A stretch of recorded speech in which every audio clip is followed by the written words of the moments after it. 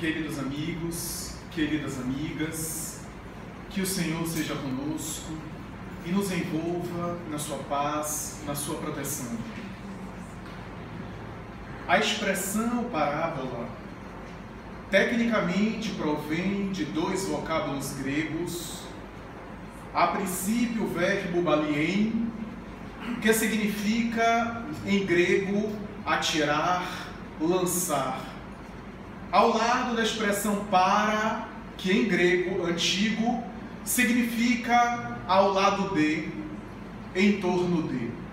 A expressão, portanto, parábola, é uma expressão que vem de dois vocábulos gregos que significam lançar ao lado, atirar ao lado.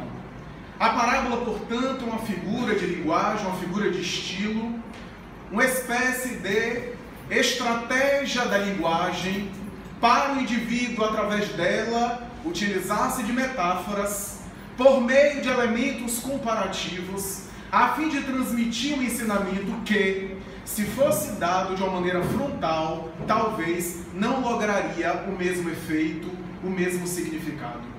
A parábola, portanto, é uma tentativa de, através de paralelismos, de comparações, de metáforas, utilizando, portanto, de expressões abstratas e comparativas, falar de uma coisa, vestindo a coisa de figuras conhecidas, de imagens e de caracteres, a fim de podermos entender o ensinamento que, de uma outra forma, talvez, se nós assim o fizéssemos de uma forma literal, de uma maneira escrita direta, quiçá, ou não chegaríamos ao mesmo efeito, ou limitaríamos, reduziríamos o ensinamento específico, porquanto há determinados ensinamentos e determinados conceitos que são tão abstratos que as palavras só fazem limitá-lo, só fazem delimitá-lo, só fazem reduzi-lo.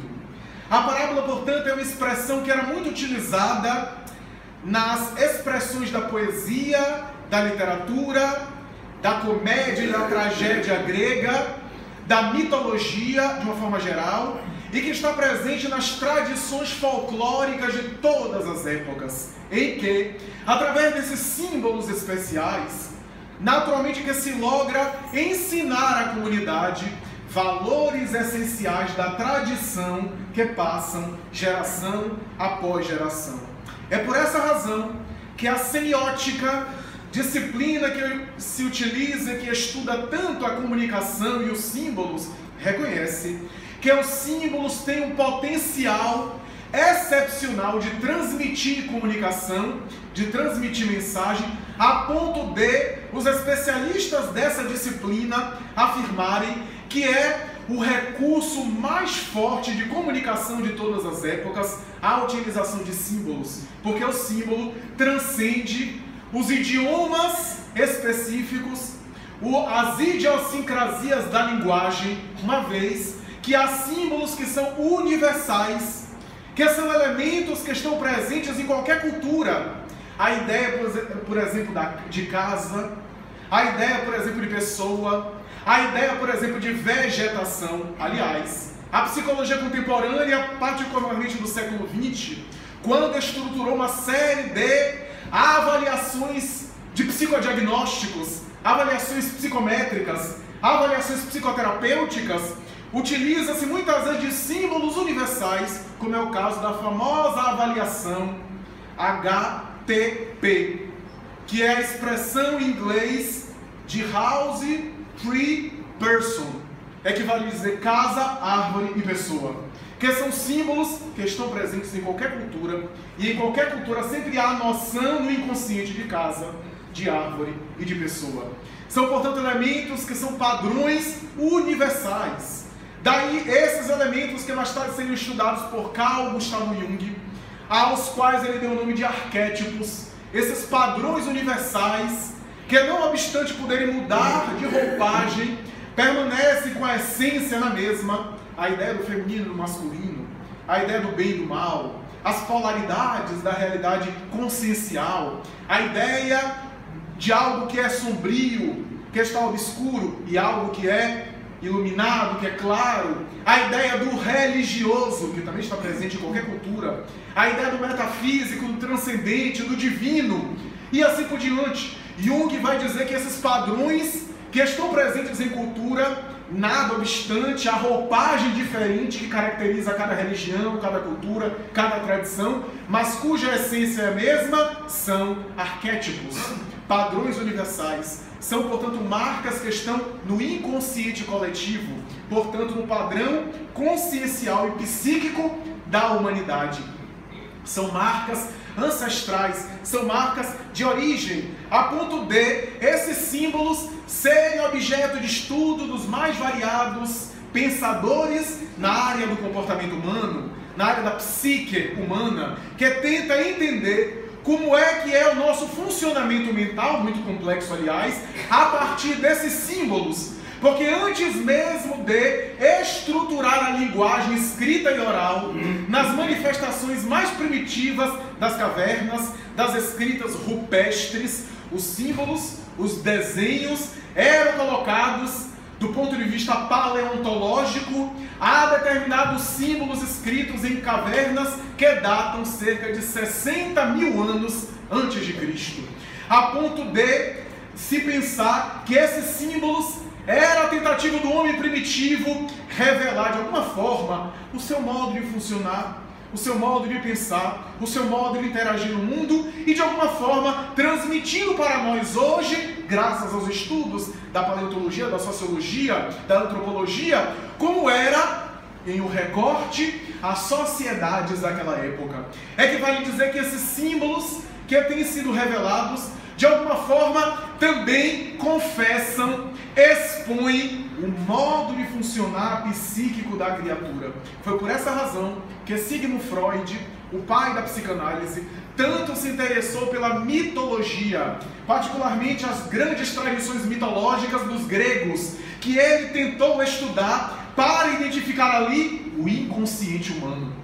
As manifestações que estão recalcadas, que aparecem em forma de símbolos, de histórias, de folclores, de tradições culturais, que passam ensinos. Essa ideia, por exemplo, da mitologia da luta do bem e do mal, o arquétipo do herói, do salvador, daquele que vai salvar a humanidade contra o mal, e que mais tarde a cinematografia e as artes cênicas e as artes tecnológicas colocariam nos filmes Hollywood, nos desenhos animados e assim por diante, que revelam, no fundo, lutas internas da criatura. Essa luta entre o bem e o mal que está dentro de nós, que o apóstolo Paulo chamava o bom combate, em uma das suas famosas cartas que ele estruturou. Esses símbolos, esses elementos que naturalmente passam e que são encontrados, como dissemos, há 60 mil anos antes de Cristo, alguns escritos e desenhados em cascas de ovo que sobreviveram ao longo do tempo e que chamaram a atenção dos estudiosos, revelam, de alguma forma, esse potencial humano de falar da coisa sem delimitá-la, sem limitá-la, vestindo-a através de uma imagem. Porque, como se diz popularmente nos veículos de comunicação, uma imagem fala muito mais do que 1000 palavras. É que vale dizer que os símbolos deixam na imagem mental, na tela mental do interlocutor, a abstração de um conceito, o aprofundamento de um conteúdo que, nas palavras, talvez o reduziriam, talvez o limitariam. Daí as imagens da divindade, porque tentar definir Deus é limitá-lo. Qualquer linguagem que utilizamos para tentar caracterizar a divindade é reduzi-la ao nosso idioma, à nossa idiosincrasia, à nossa forma limitada de pensar, de raciocinar, de verbalizar, de externar a linguagem. Daí tentar definir, tentar conceituar a divindade, tentar colocar a divindade num plano de existência. Tudo aquilo que tem existência está inserido no tempo e no espaço. Mas Deus foi que criou o tempo e o espaço. Então é um conceito que transcende a própria capacidade de raciocinar da criatura. É difícil, em termos lógicos formais, o indivíduo conseguir compreender a divindade em termos apenas racionais. Daí Jesus utilizava de símbolos, a semelhança dos profetas de Israel, que também utilizava de símbolos, Yahvé, Pai, e assim por diante, para dar uma ideia de alguém que era fomentador da vida, um genitor divino. A ideia de Jesus, que é também o evangelista João, no seu evangelho, vai defini-lo como o amor. Deus é amor. Equivale dizer que Deus é a expressão desse sentimento que consideramos o máximo que a criatura pode alcançar. Então, naturalmente, que são tentativas de definir aquilo que é indefinível, de conceituar aquilo que é difícil de conceituar, senão através de uma ideia que possa abarcar, ou pelo menos dar uma síntese, fornecer os elementos gerais sem limitá-lo. E a imagem, repetimos, o símbolo, o signo, o elemento simbólico transmite isso sem necessariamente esgotar e encerrar a questão. Jesus sabia disso. A sua sabedoria transcende os padrões convencionais da cerebração racional. A sua sabedoria não vinha de um ensinamento cultural específico de Israel. Ele não aprendeu e não assimilou com mestres da sua época, porque a sua sabedoria era transpessoal.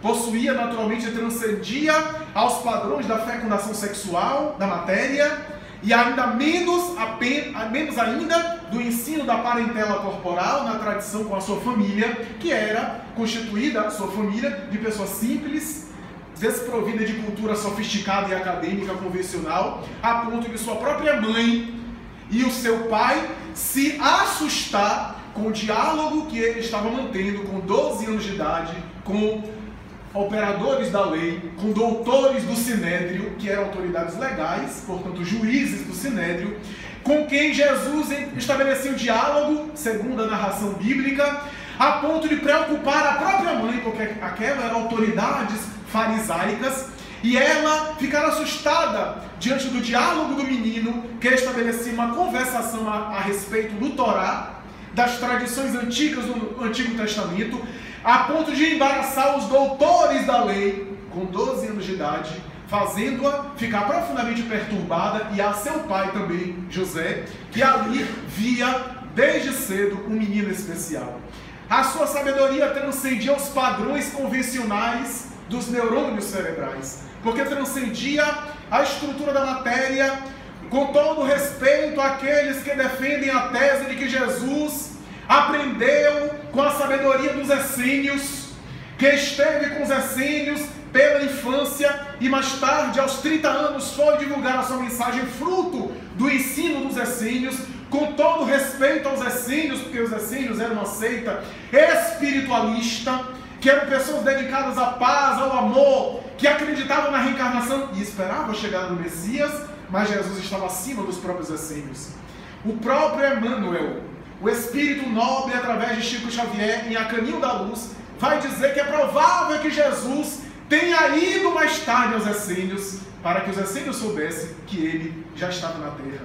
Porque os essênios também esperavam a chegada dele. Mas não precisou aprender com ninguém, segundo as informações que têm sido veiculadas a esse respeito, todas elas credoras de respeito e carinho, mas que não têm ainda uma prova histórica, uma fundamentação, senão como opinião pessoal, como informação isolada, sem prova nem histórica nem teológica. A grande verdade é que ele vinha trazer essa sabedoria maior, e ele sabia que através dos símbolos ele poderia motivar a aprendizagem como recurso pedagógico, motivando o interesse daqueles interlocutores a aprender mais, e naturalmente que, para além disso, Jesus podia também fomentar na sua mensagem um caráter de permanência, porque o símbolo, como dissemos, tem um caráter de permanência em qualquer época da humanidade. É por essa razão que hoje, quando se fala parábola, quase sempre pensa em Jesus. Embora o termo parábola era uma técnica que já era utilizada antes dele. Algumas com outros nomes, koan, fábula, conto, as tradições dos contos chineses, folclóricos, mas a expressão parábola ficou praticamente arraigada, etimológica, enciclopédica, dicionaristicamente ao nome de Jesus. Porque ele elevou o padrão das parábolas a um nível dantes nunca sonhado.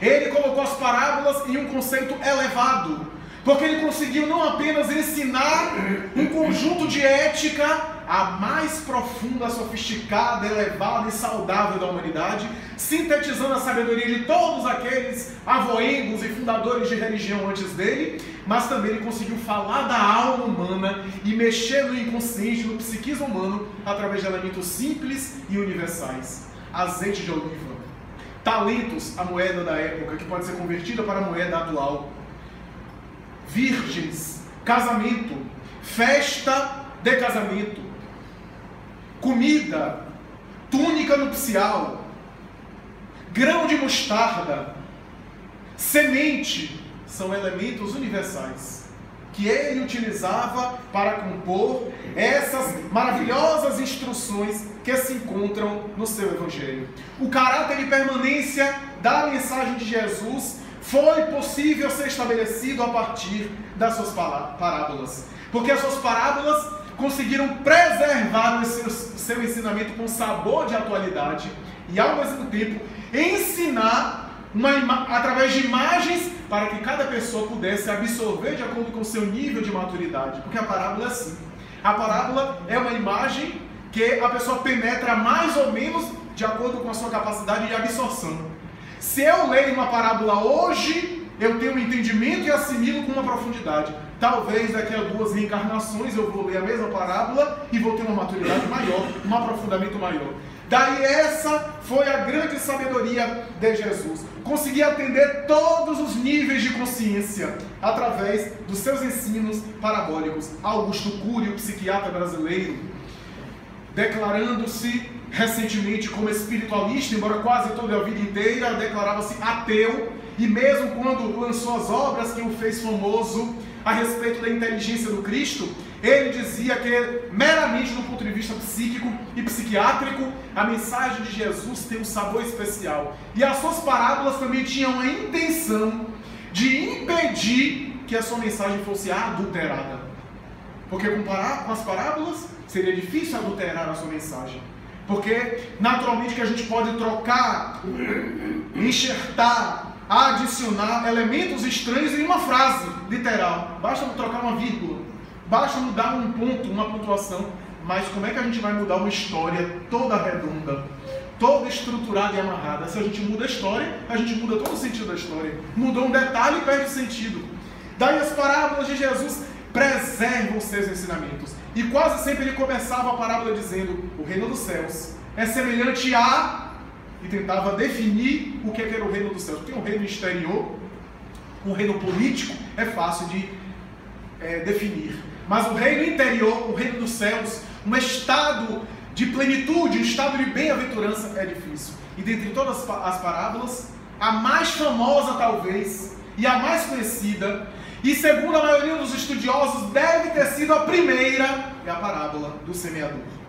E na parábola do semeador, há vários aspectos especiais que nós devemos considerar. Primeiro, conforme diz Caibar Schutel, no seu livro sobre parábolas de Jesus, a parábola do semeador, diz Schutel, é a parábola das parábolas de Jesus. Porque na parábola do semeador, diz ainda Schutel, ele consegue sintetizar vários esquemas e níveis de maturidade da alma humana.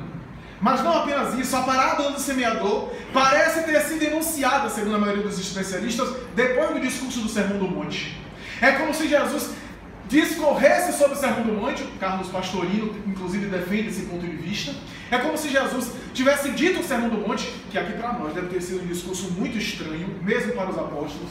Falar em bem-aventurados aqueles que sofrem porque serão consolados era uma ética totalmente estranha. Bem-aventurados os humildes de espírito e assim por diante. Bem-aventurados aqueles que sofrem por perseguição e amor ao meu nome. Era um negócio. Aquele que quiser ganhar a sua vida, perdê-la. E aquele que perder a sua vida, ganhá-la. Eu vos digo em verdade, não resistais ao mal que vos queiram fazer. Se alguém te bater uma face, apresentai a outra. E não resistais àqueles que vos querem tomar de ti, dai-lhe emprestado. Caminha com ele 1000 passos, ou 2000, se for o caso. Então era um discurso estranho, ele falava de maneira frontal. E a parábola do semeador parece ter sido enunciada logo depois do discurso do Sermão do Monte. É como se a maioria das pessoas não entendesse, Mateus, Levi anotou, deixou para que no futuro a humanidade pudesse compreender o que é que ele queria dizer. A profundidade total do sermão da montanha não foi compreendida, pelo menos de maneira geral, mas logo depois ele fala da parábola do semeador, como se estivesse agora explicando que cada criatura tem um nível de consciência, que cada criatura tem um nível de maturidade, que cada criatura apresenta uma síntese do seu grau de evolução, de desenvolvimento intelecto-moral, como diz Allan Kardec na sua obra. Schutter vai dizer que a parábola do semeador é a parábola da síntese das almas humanas, das diferentes condições das almas humanas. E o curioso é que a parábola do semeador é uma das poucas, se não a única, ou pelo menos somente ela e outra parábola, que Jesus dá uma explicação. Porque Jesus quase sempre lança a parábola e não explica. Mas a parábola do semeador é uma das raríssimas, entre duas, que Jesus faz uma explicação, dá uma explicação das parábolas, o que é excepcional. A parábola fala inicialmente que o semeador saiu a semear. E é interessante notar, já uma curiosidade, o semeador sai lançando semente indistintamente. O que é que vai dizer? Que ele quer dispersar a semente, que ele quer socializar as sementes nos variados terrenos que ele naturalmente socializa. Aqui há um parêntese que é preciso considerar. Na época de Jesus, a condição e a estruturação da agricultura é muito diferente do nosso padrão de agricultura atual. Na época de Jesus, a semente era lançada antes de preparar o terreno.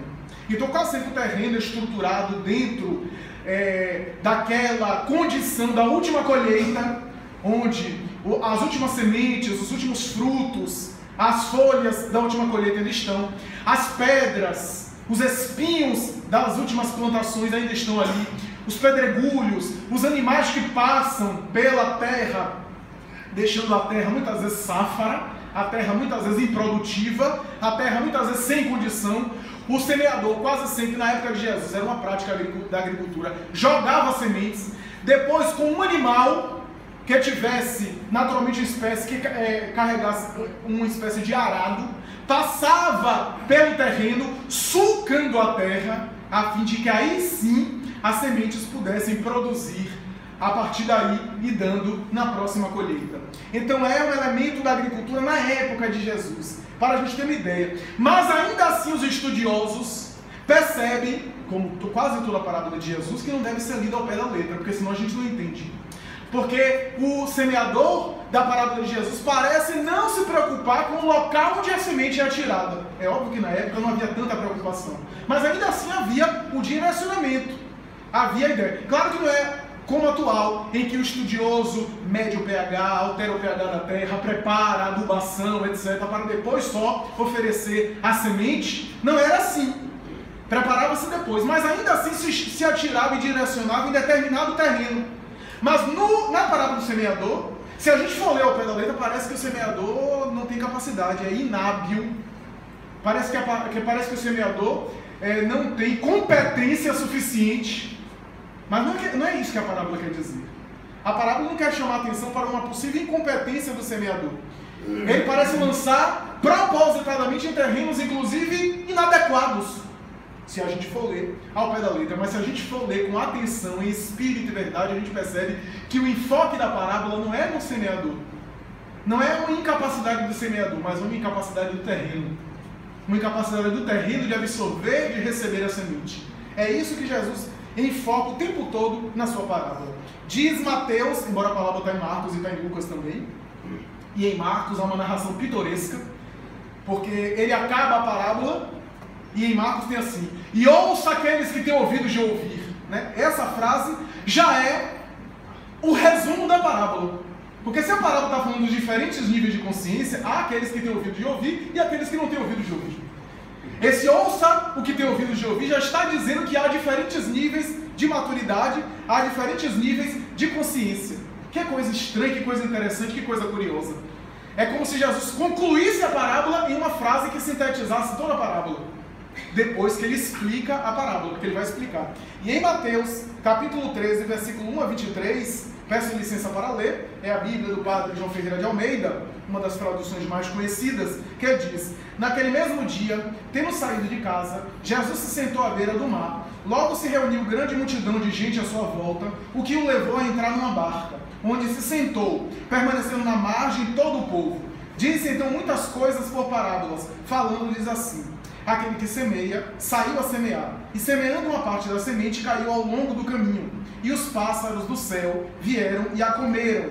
Outra parte caiu em lugares pedregosos, onde não havia muita terra. As sementes logo brotaram, porque não era muito profunda a terra onde haviam caído. Mas, levantando-se, o sol as queimou, e como não tinham raízes, secaram. Outra parte caiu entre espinheiros, e estes, crescendo, as abafaram. Outra finalmente caiu em terra boa e produziu frutos, dando algumas sementes 100 por 1, outras 60 e outras 30. Ouça quem tem ouvido de ouvir.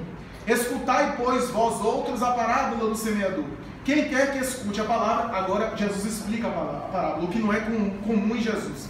Quem quer que escute a palavra do reino e não lhe dá atenção, vem o espírito maligno e tira o que lhe fora semeado no coração. Esse é o que recebeu a semente ao longo do caminho. Aquele que recebe a semente no meio das pedras é o que escuta a palavra e que a recebe com alegria no primeiro momento, mas não tendo nele raízes, dura apenas algum tempo. Ao sobrevirem reveses e perseguições por causa da palavra, tira ele daí motivo de escândalo e de queda.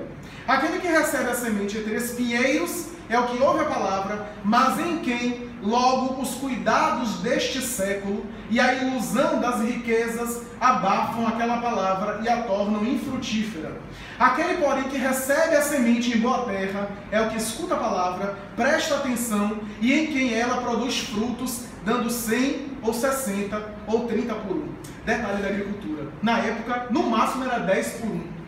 Jesus coloca aqui algo que é hiperbólico, que é, aspas, exagerado para dar a ideia da produção, da semeadura que esse semeador naturalmente fez. É curioso notar a explicação que Jesus faz da parábola, categorizando os 4 tipos de solo. Os 4 tipos de solo onde a semente caiu. Mas gostaria de chamar a atenção, a princípio, de um trecho que está logo no começo, que diz assim: aquele que semeia saiu a semear, e semeando uma parte da semente caiu ao longo do caminho. Outra parte caiu. Isso é curioso, porque não são várias sementes, é uma semente só. Por isso que a parábola deve ter que ser entendida no sentido metafórico, não no sentido literal. Não são várias sementes, é uma semente. Uma parte da semente caiu em um lugar, uma outra parte caiu em outro lugar. A semente é uma só. É óbvio que Jesus não está falando de semente, literalmente. Está falando de outra coisa, utilizando a semente. E ele mesmo vai dizer na explicação que quem quer que escute a palavra do reino, não lhe dá atenção, vem o espírito maligno e tira o que lhe fora semeado. Dando a entender que a palavra do reino é que vai lhe dizer a sua mensagem, a sua lei seria a própria semente. Ou seja, a mensagem do seu evangelho. Diríamos em linguagem atual, as verdades espirituais são a semente. Ou, para me utilizar da expressão de Allan Kardec em O Livro dos Espíritos, a lei cósmica, a lei divina, a lei sintetizada na expressão lei de amor, que Kardec coloca como sendo a lei que estrutura todas as leis que configuram o universo, é a lei de amor. Então, essa lei de amor é a base fundamental, a estruturação fundamental da semente. É que vai dizer que a lei de amor que Deus ensina a seus filhos e os faz lembrar, porque já está na sua consciência, é a grande semente, que Deus envia de vez em quando através dos missionários, através dos grandes iluminados que vêm nos ensinar as verdades espirituais representadas nessa semente, e que naturalmente tem em Jesus o máximo, né? Então essa é uma condição interessante. Mas vamos examinar aqui os 4 tipos de solo. O primeiro deles, que podemos chamar de solo à beira do caminho, porque a semente ficou à beira do caminho. E o que é que isso quer dizer? O solo à beira do caminho. E o próprio Jesus vai dizer, são aqueles que, embora a semente cegou, não lhe deu atenção, ficando à margem. Notem que simbolismo, que poesia que Jesus falava as coisas. Ficou à margem. Então, ficou na superficialidade. Não absorveu a semente, porque ficou à beira do caminho. Não lhe deu atenção. Pastorino, estudioso das tradições neotestamentárias, esse grande poliglota, sabia falar 12 idiomas, estudou inclusive as tradições do Evangelho no grego antigo, vai dizer que o primeiro solo representa aqueles espíritos, aqueles indivíduos ainda na ignorância, no primitivismo, no estado atrasado da consciência, onde ainda não despertou para as grandes verdades espirituais. Então ficou à beira do caminho. A palavra não chega. A semente não frutifica ainda nesse solo do seu coração. Rodolfo Caligares, também estudioso dentro da literatura espírita, tem uma obra chamada Parábolas Evangélicas, vai dizer que esses indivíduos são imaturos espiritualmente. São os indivíduos imaturos. Eles nem prestam atenção. São aquelas pessoas que, se a gente for falar das coisas espirituais, que negócio é esse? Para que isso? Isso daí é uma bobagem. A gente vai se interessar por essas coisas, isso daí é tudo ilusão. Eu quero comer, beber, eu quero viver a vida, materialmente falando. É aquele que está ainda arraigado às sensações mais primárias. Joana de hoje vai dizer que esse indivíduo vive predominantemente através de 3 instintos que lhe dão prazer: o sono, o estômago e o sexo. São esses 3 instintos básicos que são remanescentes de períodos primários da evolução, que nós herdamos como resquícios das manifestações animais primevas. Atender o estômago para manter a vida, atender o sono para renovar a vida e atender ao sexo para multiplicar, para socializar, para canalizar a vida. Então, são esses três mecanismos que lhe dão prazer e o indivíduo fica reduzido a apenas essa faixa de sensações, sem ter uma vida de significado, sem ter uma vida emocional, sem ter uma vida de outras buscas. Não que o prazer, a sensação, sejam necessariamente negativos, mas é o indivíduo que vive em função apenas disso. Essas sensações dão prazer, mas não dão felicidade. Porque o prazer não está programado para dar felicidade, está programado para dar sensações. E a felicidade está associada a sentimentos, a emoções superiores. Então, são criaturas que ainda não despertaram, estão em estágios ainda primários da evolução, cujo senso moral, Kardec vai dizer, senso intelecto moral, ainda não se desenvolveu. Assemelham-se a crianças. São essas criaturas cujos instintos agressivos predominam. Há uma espécie de névoa envolvendo-as, que elas não conseguem romper com facilidade. É como se elas estivessem numa nuvem cinza que não conseguem naturalmente visualizar. E qualquer violência à sua consciência, qualquer pressão, vai gerar mais resistência e o resultado vai ser mais maléfico do que benéfico. Não pela violência. São indivíduos que precisam ainda despertar. Então, estão ainda à beira do caminho. São superficiais. Amélia Rodrigues, espírito, através de Divaldo Franco, numa obra recentemente publicada, chamada Vivendo com Jesus, vai dizer que esses indivíduos são as pessoas quase sempre ligadas, basicamente, aos seus interesses primários, às suas conveniências. Não renunciam aos seus hábitos viciosos. E por isso mesmo, não entendem. E mesmo que entendessem, não estariam dispostos a renunciar ao seu padrão de vida para adotar um outro tipo de postura. O segundo tipo de solo, Jesus vai dizer que é o solo que a semente caiu sobre as pedras.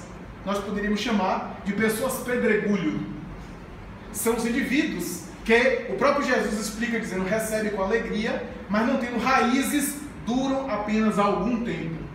São aquelas pessoas que ficam até entusiasmadas momentaneamente com relação às verdades espirituais, mas logo não têm raízes, não se fixam, não se envolveram emocionalmente, se entusiasmaram, ficaram com uma doença física, buscaram o centro espírita, vivenciado o tratamento na casa, por misericórdia divina, porque essa não é a função dos benfeitores espirituais, curar corpos que se curam agora e mais tarde aparecem com outra doença. Não é essa a função da terapêutica espírita, porque senão o espiritismo vai estar concorrendo com a medicina convencional, com as suas técnicas respeitáveis, mas por misericórdia, espíritos amigos às vezes proporcionam determinadas curas, para que a pessoa possa despertar para a questão espiritual. É isso que Jesus dizia: vai, não tornes a pecado, para que não te suceda algo pior.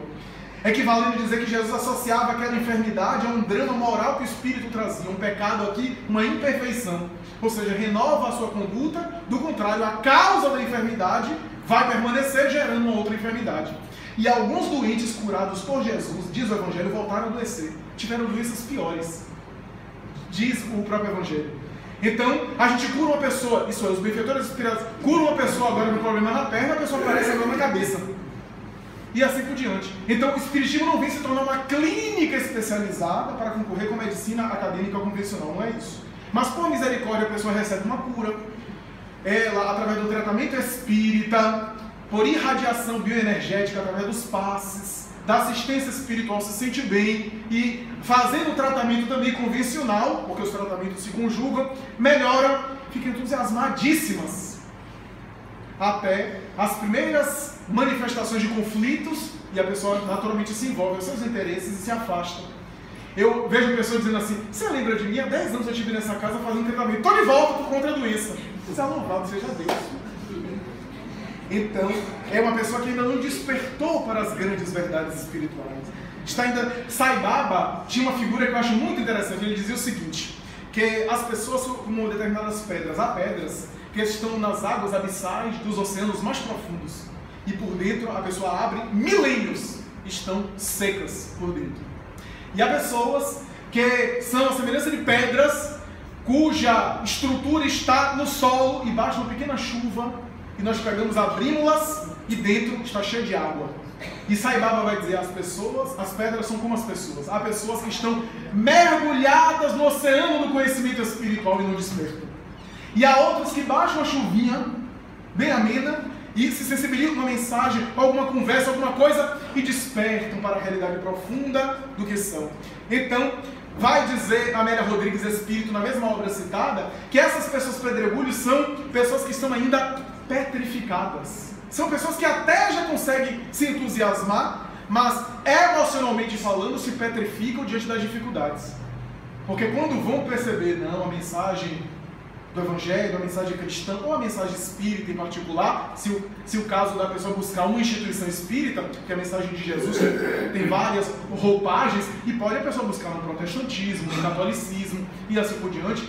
Então a pessoa naturalmente se entusiasma, mas quando vê a dificuldade que é se reformar, se modificar, que o trabalho, principalmente o trabalho do cristão verdadeiro, é de autoiluminação e não de uma graça, de um presente divino. A pessoa aceitou Jesus, já está no reino dos céus, mas é uma proposta de autoaperfeiçoamento, que exige uma terapêutica constante de superar as suas vicissitudes, o seu ego, de domar o seu orgulho, de vencer a sua ganância, de conseguir administrar a sua volúpia, a sua sensualidade, a sua busca de prazer insofreável, a sua busca dos excessos de toda sorte. Aí a pessoa se desanima e se torna pedra agressiva, grosseira, porque ainda está sintonizada com os apetites mais grosseiros, diz Amélia Rodrigues. E Rodolfo Caigares vai dizer que, embora se entusiasmem,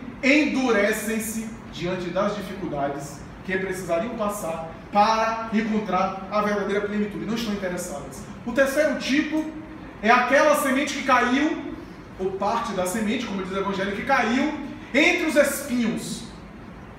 E Jesus vai dizer, aquele que recebe a palavra, mas as riquezas e cuidados deste século abafam.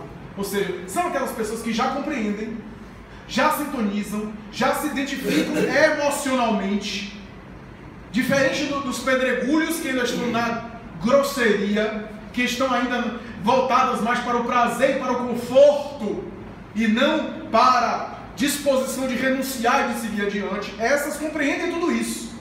No entanto, as seduções do mundo do ego, da vida apenas do ego, da vida egóica, da vida exclusivamente mundana e material, ainda as seduzem, ainda as atraem. Daí Caligari vai dizer que elas se envolvem, elas se comprometem, elas se envolvem nas tarefas, mas não conseguem superar os seus apegos, os seus medos.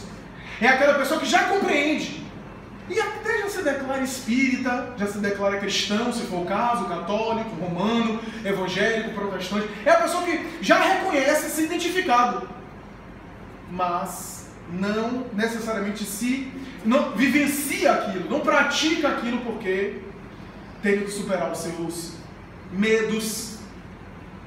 Eu e o Paulo Estevam, o Nordeste de Amaralina ali, muito violento, de noite, 19 horas, eu gosto, mas são essas pessoas que vão botando dificuldade e são assaltadas dentro de casa com fé em Deus. Porque segurança só interior. Não que a gente não possa tomar as precauções, é óbvio que devemos tomar. Mas se eu também ficar alimentando as possibilidades que existem sempre, porque sempre existem, eu não vou nem sair de casa. E mesmo em casa eu estou vulnerável. Porque se eles assaltam um banco, não vão assaltar o nosso apartamento?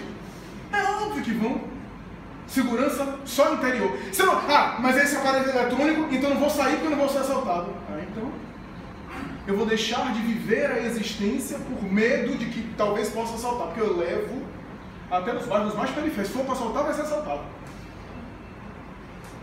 Então é esse exercício que nós devemos fazer. Então são pessoas que até se tornam trabalhadores dedicados. Chico Xavier, certa vez, comentando com um amigo, disse de um grande companheiro, militante do movimento espírita, que depois de abandonar totalmente as tarefas e de vincular-se a uma outra causa exclusivamente material e econômico-financeira, o Espírito Emmanuel apareceu a ele e disse: você se lembra daquela passagem de Jesus? Que Jesus dizia que aquele que pecar contra o filho será perdoado, aquele que pecar contra o pai também será perdoado, mas ai daquele que pecar contra o Espírito Santo. O Espírito Santo simbolizando o conhecimento do sagrado, ou seja, aquele que está ainda em épocas de evolução com pouco conhecimento, o pecado, entre aspas, é perdoável, ou seja, ele tem atenuantes. Aquele que ainda não despertou para as grandes verdades espirituais, esses naturalmente têm uma ignorância. Então é óbvio que as consequências são menores, tem atenuantes na lei. Mas aquele que conhece as verdades espirituais, aquele que já está no usufruto das verdades religiosas, para esses a coisa é muito mais difícil, porque eles conhecem, eles têm responsabilidade. E Emmanuel vai dizer: o nosso amigo atrasou a evolução espiritual dele em mais ou menos 1000 anos, porque ele não terá uma outra oportunidade de reencarnar num contexto espírita, desde cedo, ser encaminhado à instituição espírita e trabalhar no movimento espírita por cerca de 1000 anos. Não vai ter oportunidade. Porque já pensaram? Que bênção é estarmos em contato com essa mensagem, porque poderíamos ter reencarnado na Turquia, no Oriente Médio, poderíamos ter reencarnado lá no Iraque, junto com o Estado Islâmico, com Boko Haram, as mulheres de burca, né, bem comportadinhas. Então, nós vemos que é uma bênção as condições reencarnatórias nas quais estamos. E às vezes não é por mérito, é por acréscimo de misericórdia. E a gente quer se suicidar, fugir da existência física, se revolta por conta de pequenos dissabores pelos quais estamos passando. Então, é esse indivíduo, espinho, que vivencia determinados espinhos morais, e não tem, naturalmente, a coragem de superá-los. E prefere ficar envolvido no espinho. O apóstolo Paulo dizia que ele tinha um espinho cravado nas carnes da alma. 2000 anos de teologia e vários estudiosos tentaram entender que espinho era esse. Não se sabe. Porque Paulo não disse, era um segredo dele, não quis dizer, não disse. Era o espinho. Disseram, será que foi remorso de ter matado Estevão, perseguido os cristãos? Será que foi alguma briga com algum apóstolo? Tem um autor dentro da teologia que fala de determinados conflitos da sua personalidade, de distúrbio emocional que ele tinha e que deveria ser um espinho. Uma coisa é certa, o espinho é um negócio que não destrói de vez, fica ali causando um mal-estar lento, homeopático, né? Ou seja, um desconforto moral. Paulo queria traduzir essa figura, um desconforto moral que ele tinha intimamente que ninguém vê, Porque esse espinho cravado na carne ninguém vê. Então é algo que vai lacerando ali, né? Então é essa superação. Joana de Anjos tem uma mensagem que ela diz que o espinho cravado nas carnes da alma de Paulo era a sua masculinidade. Depois da morte de Abigail, como ele era um temperamento muito extremista, ou era com Abigail, não era mais com ninguém. Abigail morreu e não mais com ninguém. Ele se envolveu na causa de Jesus, na tarefa do Senhor, e para domar as forças sexuais da alma, como diz o psiquiatra Jorge André dos Santos, em uma obra com esse título, para ele conseguir dominar e direcionar a libido sem se tornar uma pessoa recalcada, atormentada, uma pessoa profundamente perturbada, como a gente vê às vezes na religião. A pessoa não tem vocação religiosa e vai para o celibato como fuga e não aguenta, e aí a gente vê os escândalos. Então, para domar e para direcionar de maneira saudável na sua proposta, sem estar atormentado, porque a pessoa às vezes está no celibato, mas não está na castidade. Ou seja, casar não pode, o resto pode. Que é uma outra coisa. Ou então, está numa postura aparentemente de castidade, mas está com a perturbação e com os conflitos na cabeça. Está com a mente imunda, embora não vivencie o sexo na prática. Então, Paulo sabia disso. E para canalizar, ele teve muita dificuldade de Joana de Ângeles de direcionar e superar esse espinho cravado nas carnes da alma. Era a sua virilidade, a sua masculinidade. Era o espírito notável, mas estava na carne. Estava no corpo, e tinha os desafios da carne, os desafios do corpo. Então, que é extraordinário. E o último terreno, o bom terreno, disse Jesus. E aí a Amélia Rodrigues vai dizer, Jesus disse que aqueles que ouvem a palavra, que recebem a palavra, que compreendem e que praticam a palavra. A Amélia Rodrigues vai dizer, são aquelas pessoas honestas consigo mesmas, que reconhecem as suas limitações, que têm um desejo sincero de melhorar, e que empenham com insistência, mesmo errando, em se tornar cada vez melhor. Curioso que Allan Kardec vai definir o verdadeiro espírita como aquele que se esforça para ser hoje melhor do que ontem e amanhã melhor do que hoje. Ou seja, superando sempre as más inclinações. Mas o que queríamos ressaltar no final dessa peroração, dessa mensagem, é que na mensagem que o Espírito Emmanuel traz no livro Ceifa de Luz, que serve de base para esse tema, Emmanuel vai trazer uma colocação que quase sempre é despercebida pela maioria de nós. Emmanuel vai dizer que quando Jesus compôs a parábola do semeador, ele estava fazendo uma alusão a ele mesmo, porque é ele mesmo que é o semeador. É o próprio Jesus que é o semeador que semeia. E aquele terreno bom que dá frutos se torna também um semeador à semelhança dele.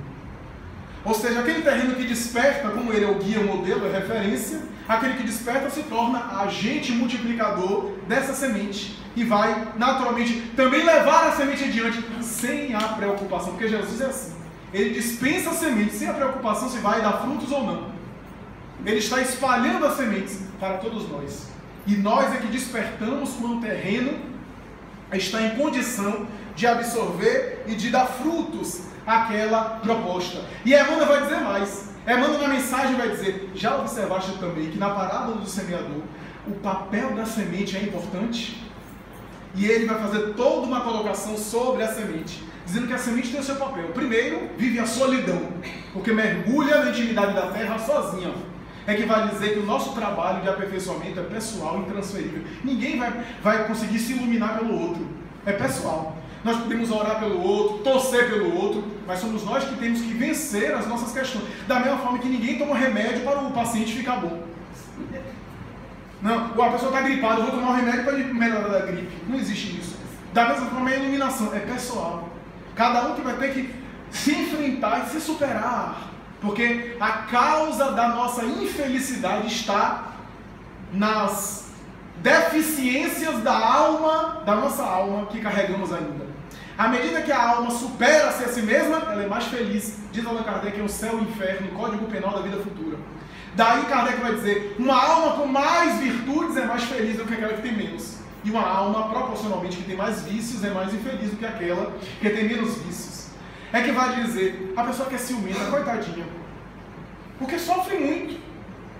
Ela está aqui, mas está sempre controlando o seu objeto de afeto. Coitada. A pessoa que é invejosa, meu Deus, como sofre. A pessoa que é egoísta, a pessoa que é controladora, quer controlar as coisas que não são controláveis. Então como sofre? Porque vive em tensão, desarranjando a saúde física por conta dessa tensão. Então, são condições. Então, a solidão é o primeiro papel da semente. Emmanuel vai dizer também que a semente vivencia a opressão, ou seja, mergulha na terra e é oprimida. É que vale dizer que é um exemplo para nós, capacidade de resistir a pressões. Os espíritos missionários, eles vivenciavam pressões do meio e permaneciam naturalmente com seus valores, sem se perturbar.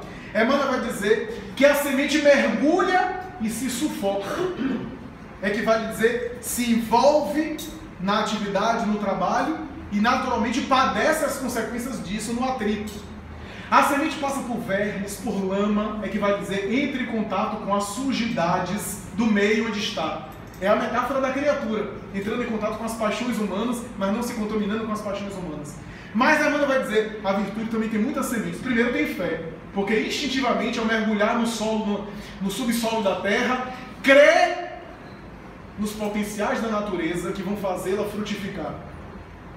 A semente cresce para cima, é um exemplo, se desenvolve para cima no seu heliotropismo na direção do sol, né? E a criatura espírito mortal também tem um deotropismo, o tropismo divino, a semelhança do heliotropismo, né? Na fotossíntese, a busca do vegetal na direção da luz do sol, o deotropismo divino. Vai dizer Emmanuel que a semente mais tarde se veste de beleza. A criatura precisa de beleza. Não é a beleza da moda, necessariamente a beleza sensual, a beleza dos padrões de beleza, que hoje o padrão de beleza você louva a Deus. Então não é isso. É outra coisa. É a beleza estética, a beleza ética, a beleza do espiritual. E, por fim, Emmanuel vai dizer, a semente gera perfumes e gera frutos. O fruto é o fim, é a finalidade da semente, ou seja, as obras. Para concluir o nosso comentário, quando nós nos lembramos da psicologia acadêmica, da psicologia contemporânea, a psicologia transpessoal aborda hoje, a partir de Ken Wilber e outros, que há 4 estados de consciência básica: consciência de sono, consciência do ego, consciência de transcendência do ego, consciência objetiva ou consciência cósmica. O eletroencefalograma consegue constatar que nós temos estados alfa, beta, delta, teta e delta. E à medida que nós relaxamos, o estado beta da maioria de nós, essa tensão, essa ansiedade, essa volúpia de querer ser visto, aplaudido, ser comentado, ser curtido na rede social, ser fotografado no Instagram, essa atenção de querer ser visto por várias pessoas é o beta, que é a maioria de nós. O alfa é aquele estado mais tranquilo de relaxamento. O delta, o teta, é aquele que nós relaxamos profundamente, temos insight, criatividade, onde ocorrem os fenômenos mediúnicos quase sempre, os fenômenos da mediunidade iluminativa transcendente. E o teta, o delta, aliás, que é muito difícil, são os estados de êxtase profundo, os estados de profunda iluminação, que poucas pessoas naturalmente vivenciaram. Todos nós recebemos a semente. Todos nós, de alguma forma, recebemos a semente com várias formas, com várias significações, de variadas formas. Para concluir, lembro-me que Emmanuel fala há 2000 anos isso, quando ele vai dizer: Flávia Lentúlia, sua filha leprosa, que foi curada por Jesus. E ele ali recebeu a primeira mensagem da semente, o encontro com Cristo, um outro momento. Mais tarde, o exemplo da sua esposa, que ele não pôde compreender, cristã devotada, espírito iluminado. E ele não pôde compreender.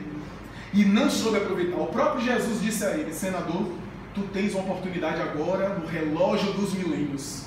É abraçar agora, nesse segundo precioso da eternidade, ou abraçar a minha proposta daqui a séculos adiante. E o próprio Emmanuel vai dizer que preferiu não abraçar naquele momento.